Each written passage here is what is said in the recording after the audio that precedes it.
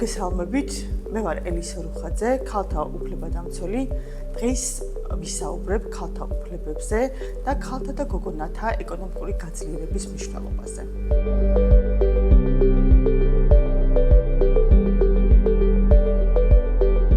ქალთა და გოგონათა გაძლიერება საქართველოში ყველაზე მნიშვნელოვანი გამოწვევა დღეს.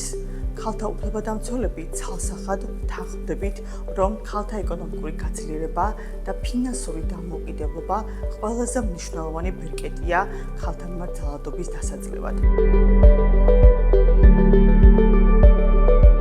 ეკონომიკური ძალადობა საქართველოში ძალადობის ერთ-ერთი ყველაზე უხილავი, მაგრამ გავრცელებული ფორმაა.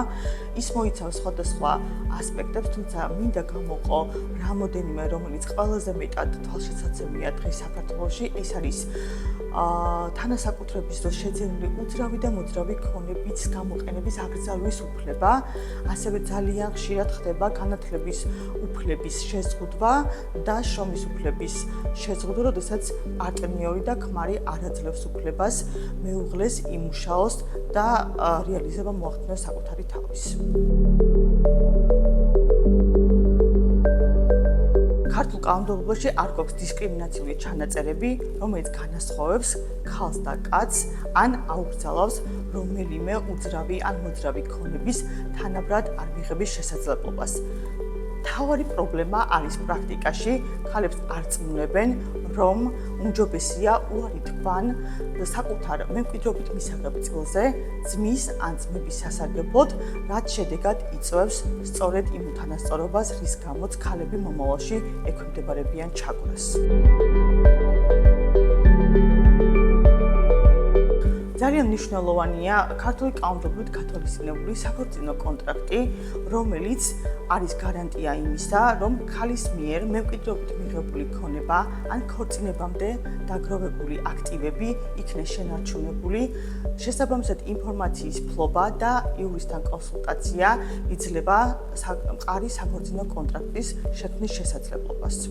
როგორც ცნობილია, ქართული კანონმდებლობით ქორწინების დროს შეძენილი ქონება არის მეუღლეთა თანასაკუთრება, აღნიშნული ქონება განქორწინებისას იყოფა შუაზე, თუმცა არაერთი შემთხვევაა, როდესაც ძალადობის მქონე ქალი, როდესაც ცდილობს თანასაკუთრებით შეძენილი ქონების გაყოფას, ქმარს ეს ქონება უკვე გასხვისებული აქვს. სწორედ ეს ძალიან მძიმე ეკონომიკური ძალადობა განაპირობებს იმ გარემოებებს, რომ ქალი თავს ვერ აღწევს ძალადობას, მას არ აყავს მხარდამჭერები საზოგადოებაში, ოჯახში, მას არ აქვს მემკვიდრეობით მიღებული ქონება, შესაბამისად ძალიან მნიშვნელოვანი რჩევარი და ოქროს წესი ქალებმა საკუთარ თავზე დაირეგისტროს უძრავი ქონება, ან იყვნენ თანამესაკუთრეები ქორწინების დროს შეძენილი ქონების. განქორწინების შემდეგ ქალს უფლება აქვს თანასაკუთრების დროს შეძენილი ქონებაზე ჰქონდეს პრეტენზია, შესაბამისად განქორწინებიდან 3 წლის განმავლობაში ქალს შეუძლია მიმართოს სასამართლოს, მიიღოს ქონების ნახევარი, თუ ვერ თანხმდება მეუღლესთან და არ არსებობს კონკრეტული წერილობითი შეთანხმება აღნიშნულ საკითხთან დაკავშირებით. ასევე მნიშვნელოვანია ქალი ფლობდეს ინფორმაციას მისაღებ სარჩოსთან დაკავშირებით.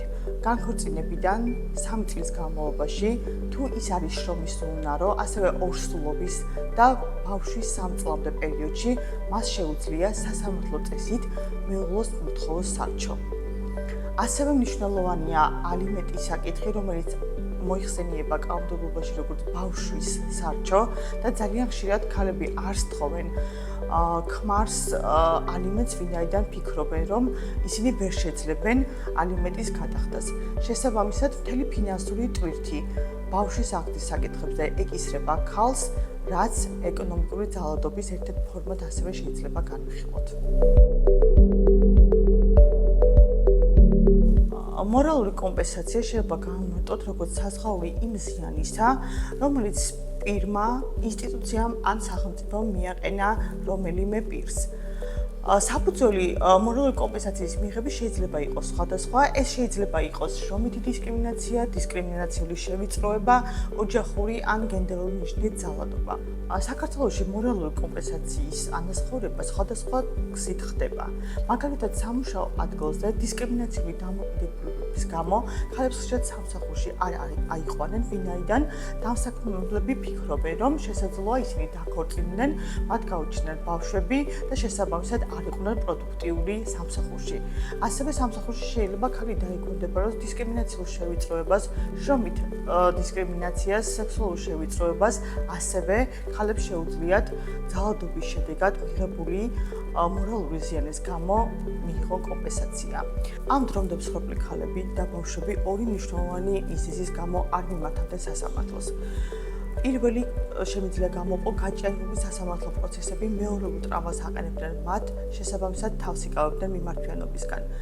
მეორე პატივსაცემი მიზეზი იყო ის, რომ მოძალადეები მალავდნენ ქონებას ან არ ჰქონდათ უძრავი ქონება, რითაც ანაზღაურებდნენ დაკისრებულ ზიანს, შესაბამისად უშედეგო იყო ზიანის ანაზღაურების მოთხოვნა და ეს იყო შემაკავებელი ფაქტორი.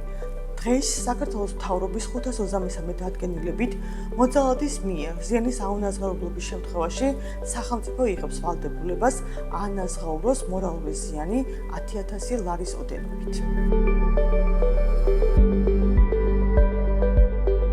არ მოექცნენ გენდერული სტერეოტიპების ქვეშ, მიიღონ ფორმალური და არაფორმალური განათლება, იცოდნენ საკუთარი უფლებების შესახებ და ხმა აიმაღლონ ძალადობაზე, მიიღონ უძრავი ქონება, მემკვიდრეობით, ასევე შექმნან ფინანსური და ქონებრივი აქტივები.